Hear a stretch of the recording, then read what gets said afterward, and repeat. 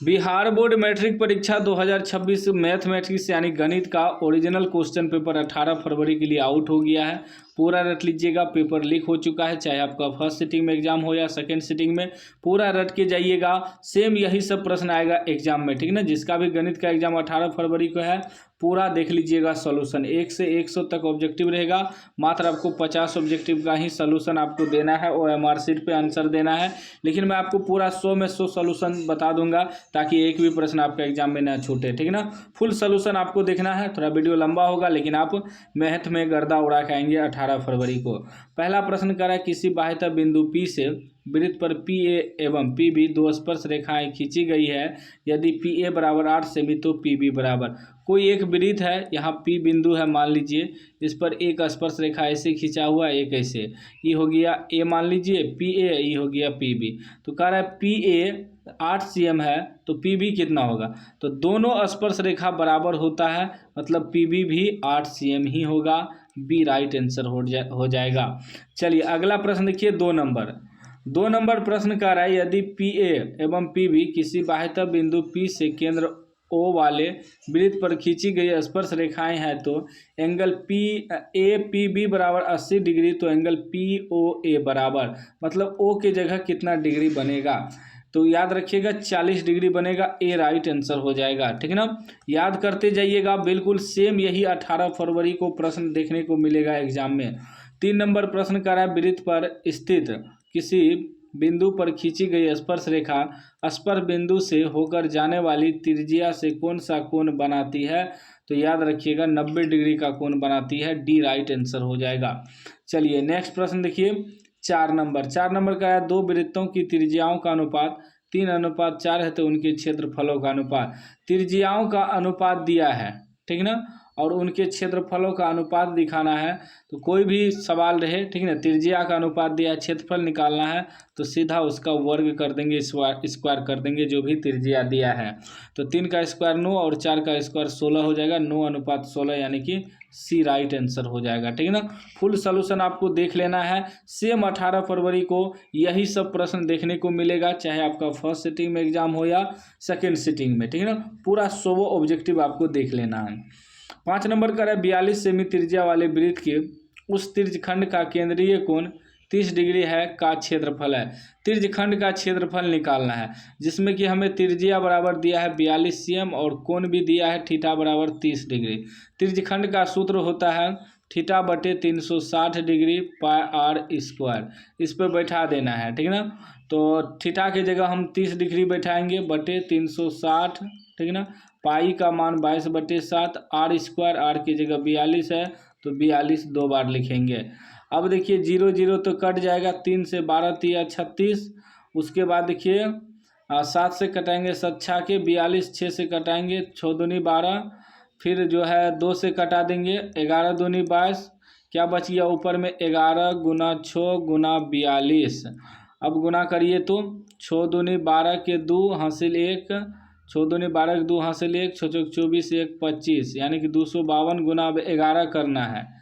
तो 11 से गुना करिए तो 2 एका 2, फिर 5 एका 5, 2 एका 2, फिर एक अंक कटेगा 2 एका 2, 5 एका 5, 2 एका 2, तो ये हो जाएगा 2 हो जाएगा, 5 2 7, 5 2 7, 200 क्या आ गया,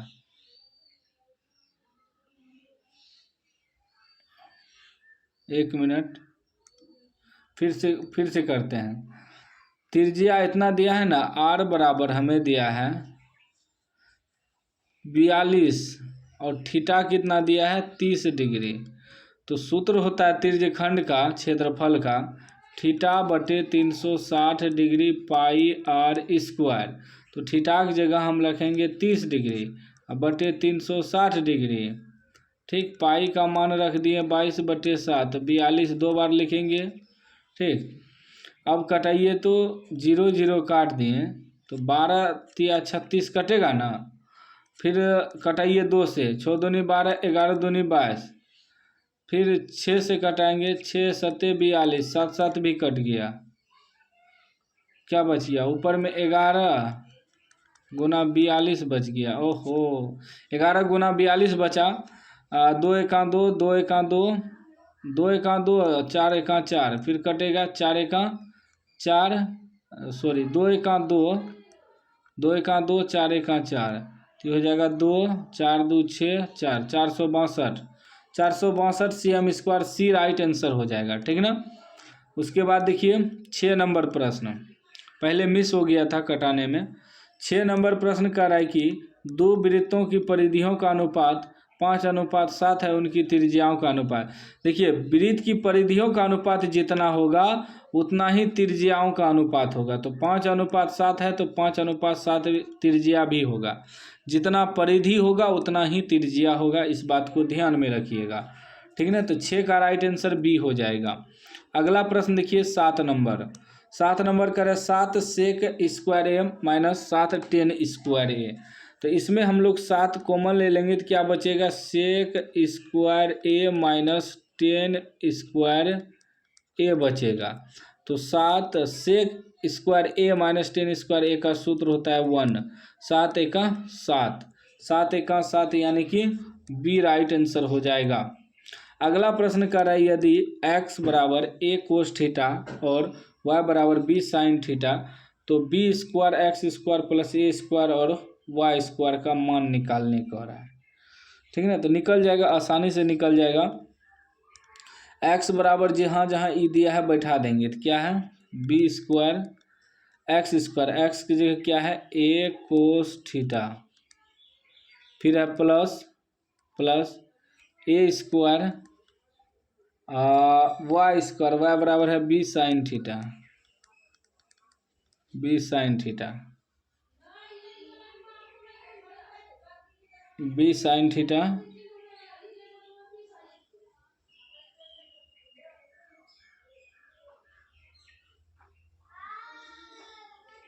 इसमें कॉमन क्या आ रहा है,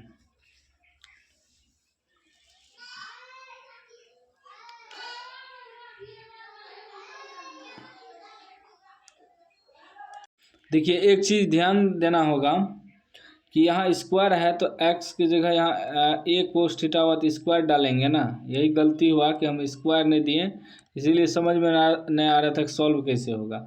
अभी हो जाएगा बी स्क्वायर, ए का स्क्वायर भी होगा ए स्क्वायर और कोस स्क्वायर थीटा, प्लस फिर हो जाएगा A square B square sine square theta. अभी सब कॉमन आ जाएगा, इसमें ए स्क्वायर बी स्क्वायर जो है कॉमन आ जाएगा।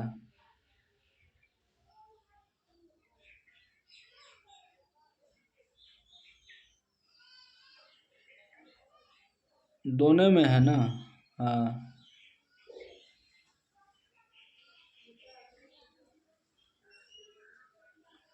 A square B square common ले लेंगे तो क्या बचेगा, cos square theta plus sine square theta. तो A square B square cos square plus sine square का सूत्र होता है 1 से गुना करेंगे तो वही आ जाएगा ए स्क्वायर बी स्क्वायर, यानी ए राइट आंसर हो जाएगा ए स्क्वायर बी स्क्वायर। ठीक है ना। चलिए अगला प्रश्न देखिए 9 नंबर। 9 नंबर प्रश्न कह रहा है एक मीनार के शीर्ष का उन्नयन कोण उसके पाद से 10 मीटर की दूरी पर 60 डिग्री है तो मीनार की ऊंचाई। एक मीनार है, ठीक ना, मान लीजिए ए बी मीनार है, कह रहा है कि शीर्ष का उन्नयन कोण पाद से 10 मीटर दूरी पर, यहाँ से 10 मीटर दूरी पर 60 डिग्री का कोण है, मीनार की ऊंचाई निकालना है। तो ये मीनार हुआ, ये आधार हुआ, ये लंब हो गया, ये आधार हो गया। तो 10 से चलेंगे, 10 60 डिग्री बराबर, तो लंब बटे आधार यानी कि ए बी बटे बी सी, इसका नाम बी सी दे दीजिए। तो 10 60 का मान होता है √3 बराबर, ए बी तो निकालना है, अब बी सी हो गया 10, यहाँ कुछ नहीं है तो 1 है, 1 से गुना होगा यानी ए बी बराबर 10√3, 10√3 मीटर यानी कि बी राइट आंसर हो जाएगा। चलिए अगला प्रश्न देखिए 10 नंबर। 10 नंबर कर एक पतंग पृथ्वी से 30 मीटर की ऊंचाई पर है, इसकी डोर पृथ्वी से 60 डिग्री का कोण बनाती है तो डोर की लंबाई। एक पतंग है, ठीक ना, ए बी सी नाम दे दीजिए, ये हुआ डोरी, ठीक ना, यहाँ पतंग उड़ रहा है। तो कह रहा है कि एक पतंग पृथ्वी से 30 मीटर ऊंचाई पर है, यहाँ से यहाँ कितना 30 मीटर ऊंचाई है, और इसकी डोर पृथ्वी से 60 डिग्री का कोण बना रहा है यहाँ। तो कह रहा है डोर का लंबाई ई निकालने के लिए, तो ई हो गया आपका लंब, ई हो गया आधार, ई हो गया कर्ण, तो कर्ण ही निकालना है। तो कर्ण निकलेगा तो साइन से चलेंगे, साइन 60 डिग्री बराबर, साइन 60 डिग्री बराबर लंब बटे कर्ण होता है, यानी कि ए बी बटे कर्ण यानी कि ए सी। टेन 60 का मान साइन 60 का मान कितना होता है, साइन 60 का मान होता है √3/2 बराबर ए बी है 30 मीटर, अब बी सी तो ए सी तो हमें निकालना है डोर की लंबाई, गुना करिए तो ये हो जाएगा √3AC बराबर 30 दूनी 60, जब AC बराबर निकालेंगे 60/√3, 60/√3 नहीं है तो परिमेयकरण कर दीजिए √3 से, तो ये हो जाएगा 60√3/3, 3 से कटा देंगे 20 या 60, यानी कि 20√3, 20√3 है ऑप्शन, हाँ है, ऑप्शन सी में है, सी राइट आंसर हो जाएगा 10 का। चलिए अगला प्रश्न देखिए, 11 नंबर का है वर्ग अंतरालों 2 से 5, 5 से 8, 8 से 11 के वर्गों की लंबाई। वर्गों की लंबाई क्या हुआ, 2 से 5 हुआ, 2 से 5 यानी कि 3 का लंबाई है, तो 3 का अंतर है, तो 3 हो जाएगा, बी राइट आंसर हो जाएगा। अगला प्रश्न देखिए 12 नंबर, 12 नंबर का है कि यदि 4 लगातार विषम संख्याओं का माध्य 6 है तो सबसे बड़ी संख्या, 4 विषम संख्याओं का माध्य 6 है, ठीक, सबसे बड़ी संख्या क्या होगा, तो सबसे बड़ी संख्या को हम x मान लेते हैं, ठीक ना, तो 4 लगातार विषम संख्या, तो एगो मान लेंगे x, विषम संख्या का रहा है ना, सम संख्या नहीं विषम संख्या, तो एगो x + 2, x प्लस 2 का अंतर जाएगा तब होगा x + 1, 1 मिनट, 4 विषम संख्या x हो गया,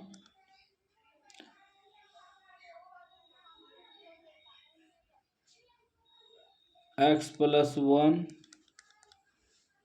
x + 2, x + 3, 1 2 3 4 गो हो गया, बटे 4, इसका माध्य हमें 6 दिया है, 6 को बराबर में रख देंगे, तो यह आ जाएगा 6 चौके 24, गुना होगा तो ये हो जाएगा 1 2 3 4x प्लस 3 2 5 1 6, 3 2 5 1 6,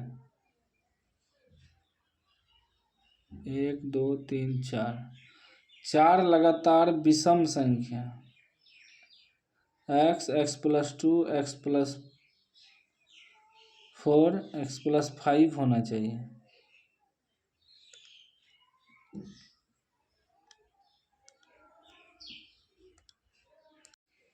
देखिए हम लोग मानेंगे विषम संख्या का रहना है, हम इस पे ध्यान ही नहीं दिए, सम संख्या पे चल गए थे। विषम संख्या होता है 2 का अंतर होता है, यदि हम x माने तो फिर मानेंगे x + 2, x + 4, x + 6, इस प्रकार मानेंगे विषम संख्या, ठीक ना, ठीक, तो x + 2 2 का अंतर, जैसे मान लीजिए सम संख्या हुआ 2 4 6, इस प्रकार होता है 2 का अंतर, विषम संख्या हुआ 1 3 5 7, इस प्रकार होता है 2 का अंतर, वही 2 के अंतराल में मानेंगे, तो x + 2, x + 4, x + 6, 4 गो ही मानना है, तो 1 2 3 4 गो हुआ, और इसका माध्य 6 दिया है, तो 6 को इधर बराबर में रखेंगे, ठीक ना, और टोटल माध्य बराबर क्या होता है, जितना दिया है उतना का जोड़ करना है और उसका भाग भी करना है जितना संख्या दिया है, तो 4 लगातार संख्या है तो 4 से भाग भी करना है, तो यहाँ कुछ नहीं है तो 1 है, क्रॉस मल्टीप्लाई होगा, 6 से गुना हो जाएगा 6 चौक 24, और 1x 2x 3x 4x plus 6 4 10 2 12 बराबर में रखेंगे, इधर आएगा तो माइनस हो जाएगा, 24 में 12 घट जाएगा बराबर 4x, 12 बचेगा, 12 बराबर 4x, 4 से काट देंगे 3, यानी x का मान 3 निकला। अब जब x का मान 3 निकला तो यहाँ बैठाएंगे, एगो माने हैं x तो 3 हो जाएगा, फिर माने हैं x + 2, x की जगह 3 रखेंगे, 3 2 5 हो जाएगा, फिर है x + 4, x की जगह 3 रखेंगे, 4 3 7 हो जाएगा, फिर है x + 6, x की जगह 3 रखेंगे, 6 3 9 हो जाएगा। तो अब इसमें देखिए सबसे बड़ी संख्या क्या है, सबसे बड़ी संख्या मांग रहा है ना, तो सबसे बड़ी संख्या इसमें 9 है, यानी कि बी राइट आंसर हो जाएगा 9। क्या हो जाएगा? बी राइट आंसर हो जाएगा सबसे बड़ी संख्या। ठीक ना, हो जाता है कभी कदाल मिस्टेक, ठीक ना, मैथ है ना, ध्यान नहीं दीजिएगा तो मिस्टेक हो जाएगा। कर है प्रथम 6 सम प्राकृतिक संख्याओं का माध्य। अब देखिए सम प्राकृतिक संख्या तो 2 हो जाएगा, 4 हो जाएगा, 6 हो जाएगा, 8 हो जाएगा, 10 हो जाएगा, 1 2 3 4 5 और 12 हो जाएगा। तो देखिए 6 को लेना है तो 6 से भाग भी देंगे, अब टोटल को जोड़ेंगे तब माध्य निकलेगा। इस सब में प्लस करना पड़ता है, सब में, ठीक है ना, तब माध्य निकलता है। माध्य का नियम है जितना संख्या दिया सबको जोड़ेंगे और जैगो संख्या है उससे भाग देंगे। तो 12 10 22 8 30 6 36 36 4 40 2 42 बटे 6 7 6 के 42, 7 आपका माध्य निकल गया, सी राइट आंसर हो गया। ठीक है ना। उसके बाद देखिए 14 नंबर प्रश्न करा 1 + कोट स्क्वायर थीटा बराबर कोसेक स्क्वायर थीटा, इसका सूत्र होता है, बी राइट आंसर हो जाएगा।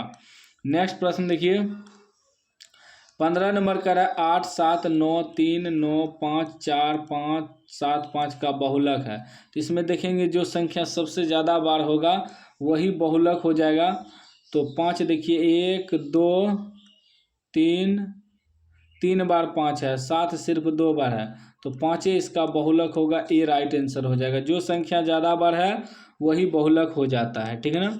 उसके बाद देखिए 16 नंबर का रहा है यदि PE बराबर 0.02 तो PE डेश बराबर, तो 0.0 पहले से दिया है तो 0.98 हो जाएगा, सी राइट आंसर हो जाएगा। क्योंकि ई जो है PE प्लस PE डेश दोनों मिला के एक होता है परिकता, तो उसमें एगो 0.02 दिया है तो 0.98 ये बचेगा ना, सी राइट आंसर हो जाएगा। ठीक ना। चलिए अगला प्रश्न देखिए 17 नंबर का है 2 पासों को एक साथ फेंका जाता है, ऊपर आने वाले अंकों का अंतर शून्य होने की परिकता क्या है। ऊपर आने वाले अंकों के शून्य होने की परिकता 1/6 हो जाएगा, बी राइट आंसर हो जाएगा। ठीक ना। चलिए अगला प्रश्न देखिए 18 नंबर प्रश्न कर रहा है 2 सिक्कों की उछाल में दोनों पर शीर्ष आने की परिकता। 2 सिक्के को एक साल उछाल रहे हैं, दोनों पर शीर्ष आने की परिकता क्या हो जाएगा, तो 1/2 ही होगा। क्या हो जाएगा, ए राइट आंसर हो जाएगा। ठीक। चलिए अगला प्रश्न देखिए 1 वर्ष में 1 महीना यादृच्छिक छाया चुना जाता है, इसके जून या सितंबर होने की परिकता। देखिए टोटल 12 महीना होता है एक साल में, ठीक ना, उसमें जून या सितंबर 2 महीना निकाल दिए, तो 2 महीना जब निकाल दिए तो क्या बचा, 10 महीना जो है हमको नहीं चाहिए, हमें सिर्फ करा जून और सितंबर ही चाहिए। तो 10 महीना उधर बचा, 2 महीना, हाँ जो निकालने का रहा उसको ऊपर रखेंगे, टोटल महीना नीचे रखेंगे, तो 2 1 2 2 2 6 12 1/6 निकलेगा। क्योंकि जून या सितंबर सिर्फ 2 महीना ही निकालना है ना, तो सी राइट आंसर हो जाएगा 1/6।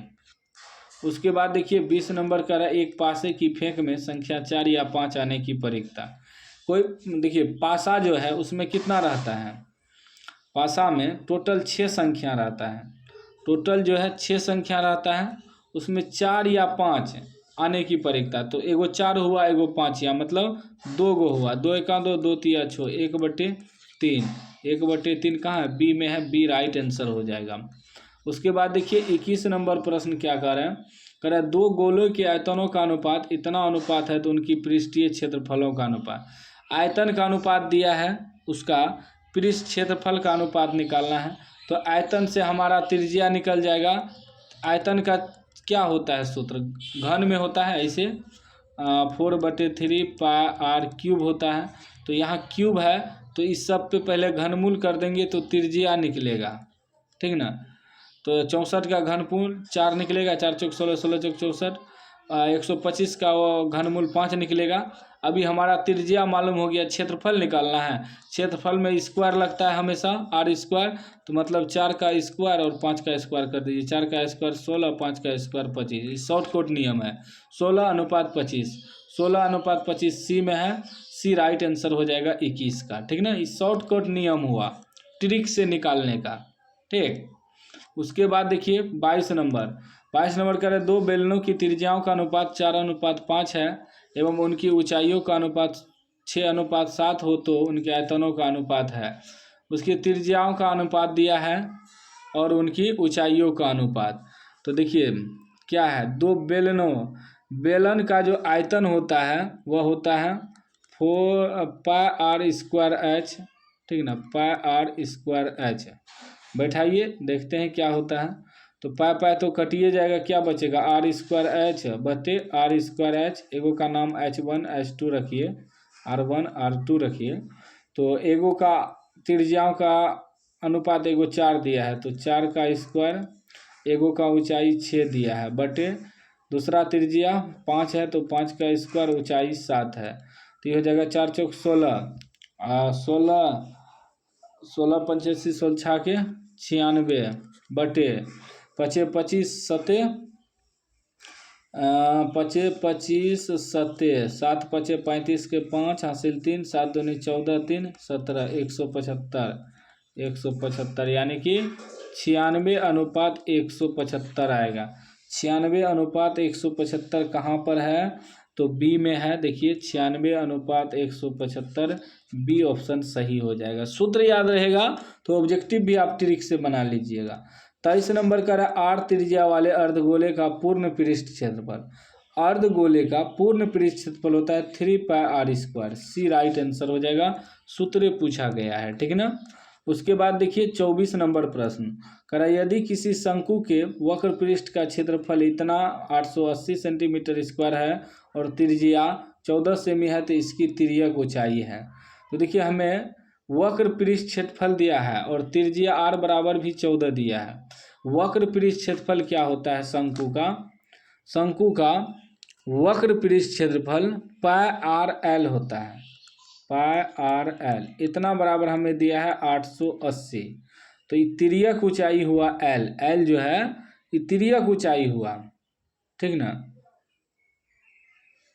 ये हुआ तिर्यक ऊंचाई। तो पाई का मान रखेंगे 22/7, आर तो देवे किया है 14 गुना एल तो निकालना है 880, जो कटेगा काट देंगे। 7 दूनी 14, 22 दूनी 44, 44 एल बराबर 880, ठीक ना। 44 से काट दीजिए तो 44 दूना 88 यानी कि 20। एल बराबर कितना निकला 20 किसमें सेंटीमीटर है तो 20 सेंटीमीटर, बी राइट आंसर हो जाएगा, ठीक ना। बी हो जाएगा 24 का राइट आंसर। 25 नंबर प्रश्न करा, यदि किसी घन के विकर्ण की लंबाई 2√3 सेमी है तो इसकी कोर की लंबाई, मतलब भुजा निकालना है। विकर्ण का सूत्र होता है, किसी घन के विकर्ण का सूत्र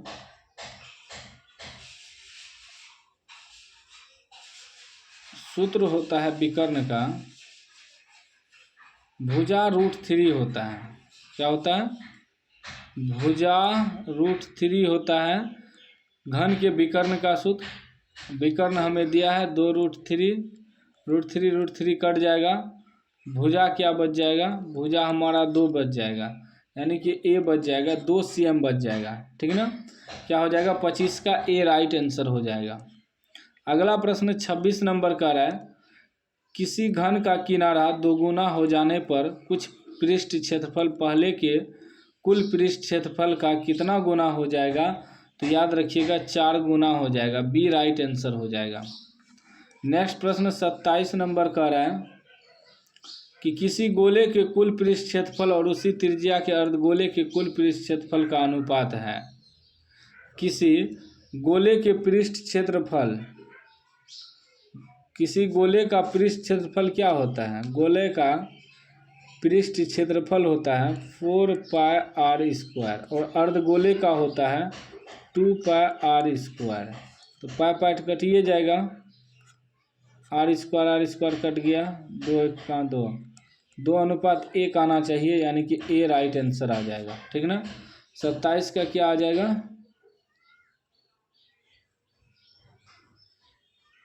किसी गोले के कुल पृष्ठ क्षेत्रफल और उसी अर्धगोले का कुल पृष्ठ क्षेत्रफल, एक मिनट, गोले का पृष्ठ क्षेत्रफल 4πr² हुआ, अर्धगोले का हो जाएगा कुल पृष्ठ 3πr²।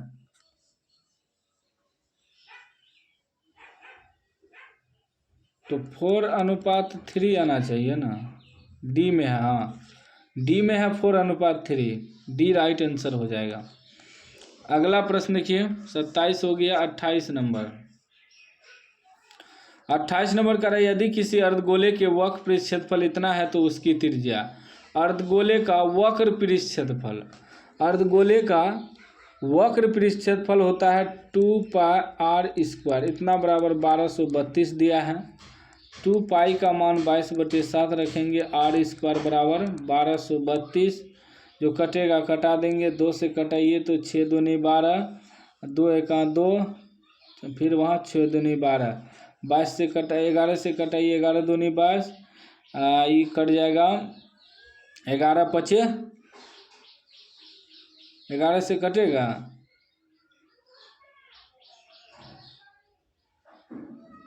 11 5 55, 6 बच जाएगा, 11 6 के 66, 2 से कटाएंगे 28, यानी कि r² बराबर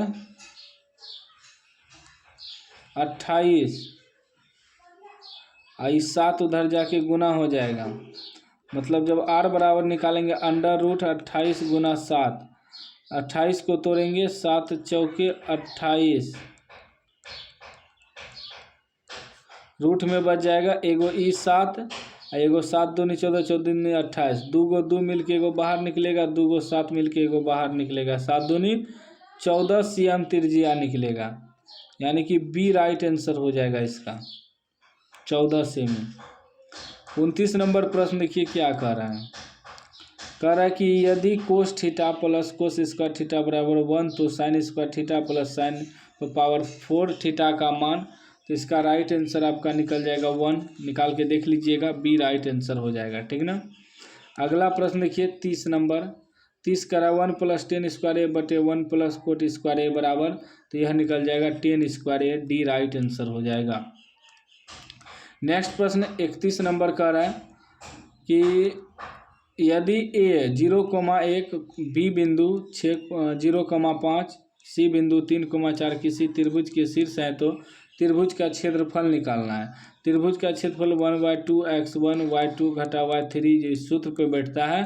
ठीक ना, इस सूत्र पे बैठा के इसको सॉल्व करना है, तो आंसर निकल जाएगा 6 वर्ग इकाई, सी राइट आंसर आ जाएगा। 32 नंबर प्रश्न कर रहा है 10 10 डिग्री, 10 23 डिग्री, 10 80 डिग्री, 10 67 डिग्री, तो इसका मान जो है 10 10 और 80 90 होगा, 23 और 67 90 होगा, 1 निकलेगा, बी राइट आंसर हो जाएगा। अगला प्रश्न देखिए 33 नंबर का है, यदि दो समरूप त्रिभुजों के क्षेत्रफलों का अनुपात 100 और 144 है तो इसकी संगत भुजाओं का अनुपात। क्षेत्रफल दिया है, भुजा निकालना है तो सीधा रूट डाल देंगे। क्या डाल देंगे? रूट। 100 का वर्गमूल 10 निकलेगा, 144 का वर्गमूल 12 निकलेगा, तो 10:12, 10:12 सी राइट आंसर हो जाएगा। चलिए नेक्स्ट प्रश्न देखिए 34 नंबर कह रहा है किसी वृत्त के दो अलग बिंदुओं पर प्रतिच्छेदित करने वाली रेखा को कहते हैं, तो उसे कहते हैं छेदक रेखा, बी राइट आंसर हो जाएगा। नेक्स्ट प्रश्न देखिए 35 नंबर कह रहा है दो समरूप त्रिभुज की संगत भुजाएं 4:9 के अनुपात में है, त्रिभुज के क्षेत्रफल अनुपात निकालना है। भुजा दिया है, क्षेत्रफल निकालना है, स्क्वायर कर देंगे सीधा। 4 का स्क्वायर 16, 9 का स्क्वायर 81, 16 81 होगा, यानी बी राइट आंसर हो जाएगा। नेक्स्ट प्रश्न देखिए 36 नंबर कह रहा है त्रिभुज ABC समरूप त्रिभुज DEF तथा BC बराबर 3 सेमी, EF बराबर 4 सेमी। यदि त्रिभुज ABC का क्षेत्रफल 54 स्क्वायर हो तो त्रिभुज DEF का क्षेत्रफल निकालना है। आराम से निकल जाएगा। देखिए त्रिभुज ABC का क्षेत्रफल बटे त्रिभुज DEF का क्षेत्रफल बराबर होगा उनके संगत भुजा के वर्गों के उनके संगत भुजा के वर्गों के अनुपात। तो ये 3 है तो 3 का स्क्वायर, और ये 4 है तो 4 का स्क्वायर। इसमें भी एगो का क्षेत्रफल दिया है।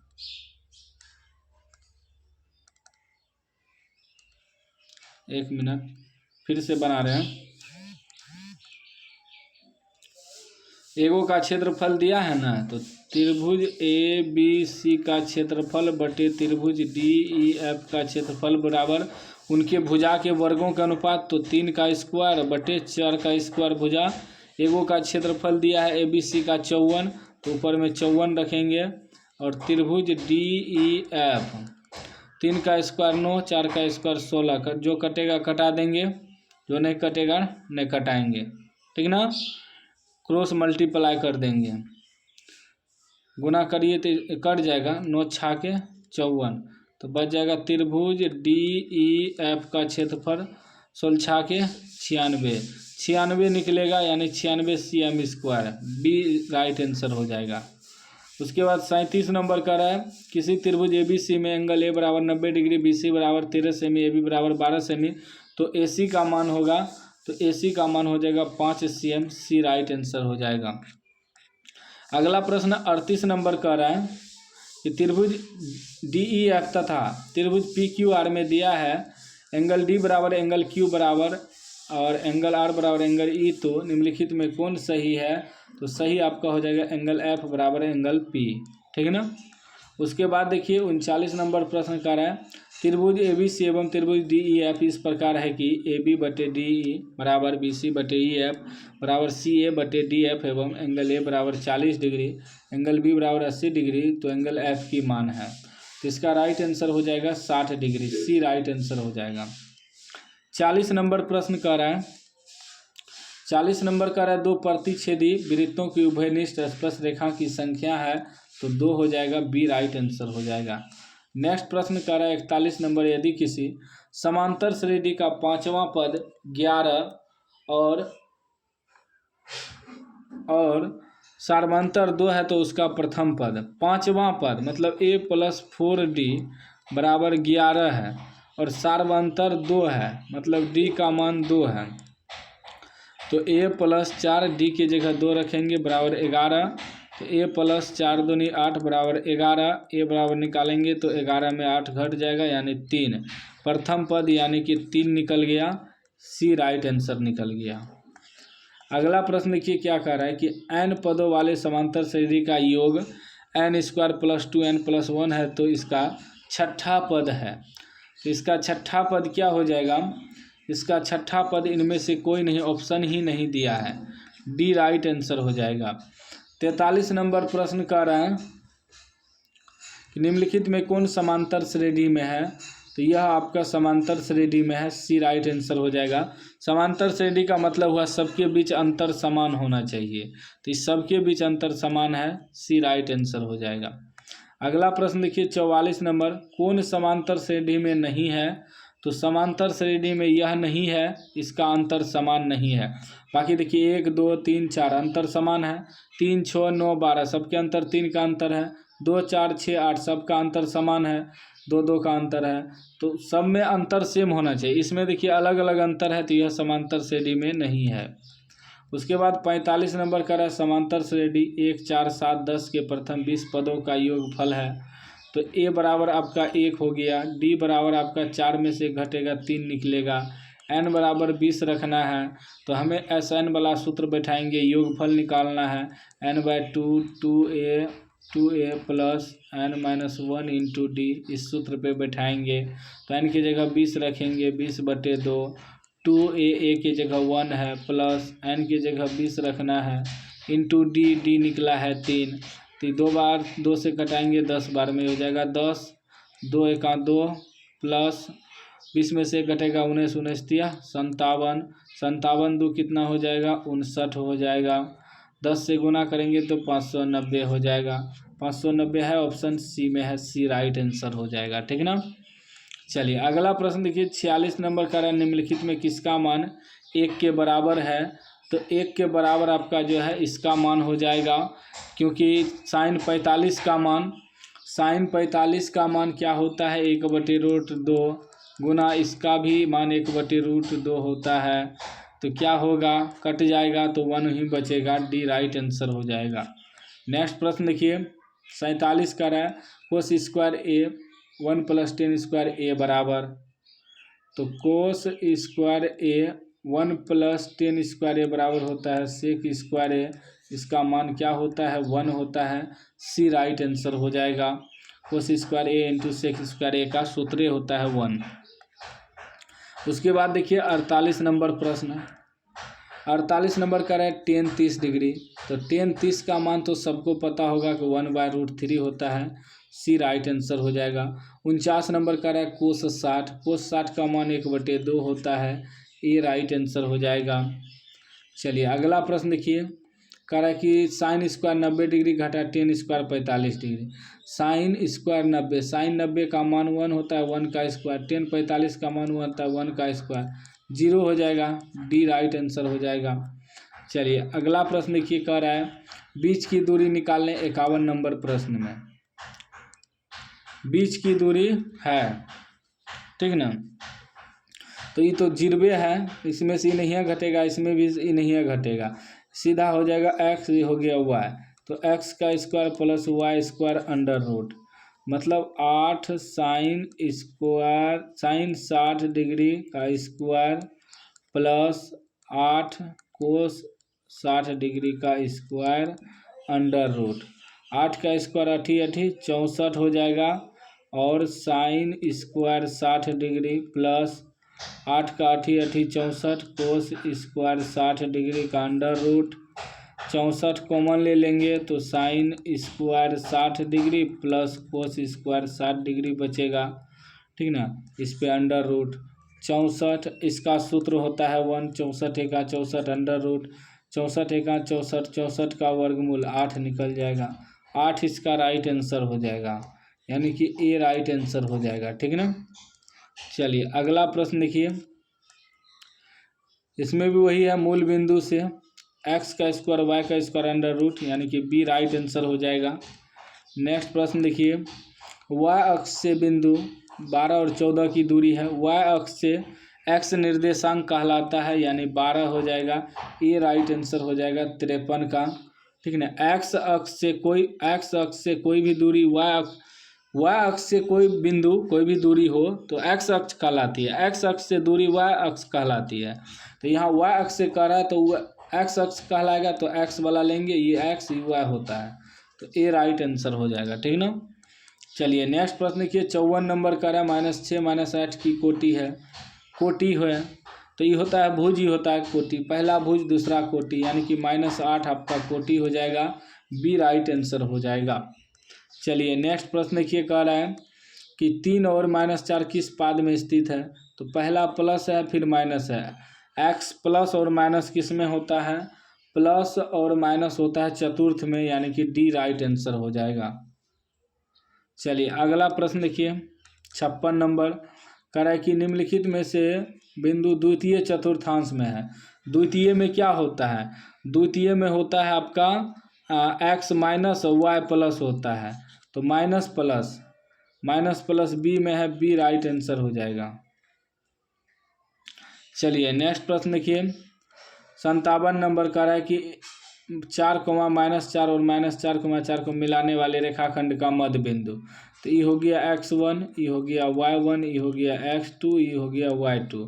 मध्य बिंदु का सूत्र होता है x1 + x2 का बटे 2, y1 + y2/2, तो x1 आपका 4 हो गया, x2 -4 हो गया, तो ये माइनस प्लस कटिए जाएगा, ये हो माइनस प्लस कटिए जाएगा, यानी कि सीधा 0,0 निकलेगा, बी राइट आंसर निकलेगा। उसके बाद देखिए नेक्स्ट प्रश्न 58 नंबर का रेखाखंड ए बी के मध्य बिंदु 2 और 4 और बिंदु ए के नियामक 5, 7 हो तो बिंदु बी के नियामक, बी का नियामक आपका निकलेगा -1,1, डी राइट आंसर हो जाएगा। चलिए नेक्स्ट प्रश्न 59 नंबर का रहा है, किसी वृत्त के व्यास के सिरों के निर्देशांक 10, -6 और -6,10 हो तो वृत्त के केंद्रक के निर्देशांक, तो केंद्रक के निर्देशांक क्या हो जाएगा, फिर वही ये x1 हो गया, ये y1 हो गया, x2 हो गया, y2 हो गया। x1 प्लस x2 बटे 2 y1 प्लस y2 बटे 2 इस सूत्र पर बैठाना है। तो 10 में से 6 घटेगा 4 बटे 2, ये भी 10 में से 6 घटेगा 4 बटे 2, यानी कि 2 बटे 2, बी ऑप्शन इसका राइट हो जाएगा। ठीक ना। चलिए अगला प्रश्न 40 नंबर का रहा है, यदि किसी त्रिभुज के शीर्ष के निर्देशांक 4, 6, 0, 4, 5, 5 हो तो त्रिभुज का केंद्रक निकालना है। ये x1 हुआ, ये y1 हुआ, ये x2 हुआ, ये y2 हुआ, ये x3 हुआ, ये y3 हुआ। इसका सूत्र होता है x1 plus x2 plus x3 बटे 3, y1 plus y2 plus y3 बटे 3। तो x मतलब तीनों जोड़ेंगे तो 4, 0, 5, 5, 4, 9 बटे 3, y वाला y के साथ जोड़ेंगे 6, 4, 10, 5, 15 बटे 3। तो 3 तिया 9, 5 तिया 15, 3,5, 3,5 डी में है, डी राइट आंसर हो जाएगा। ठीक ना। 61 नंबर का रहा है कि निम्नलिखित में कौन सा भिन्न दशमलव प्रसार शांत है। दशमलव प्रसार शांत वही होगा जिसमें 2 और 5 आएगा, डी राइट आंसर हो जाएगा। ठीक ना। इस वीडियो में इतना ही बताऊंगा, वीडियो 40 मिनट का हो गया है।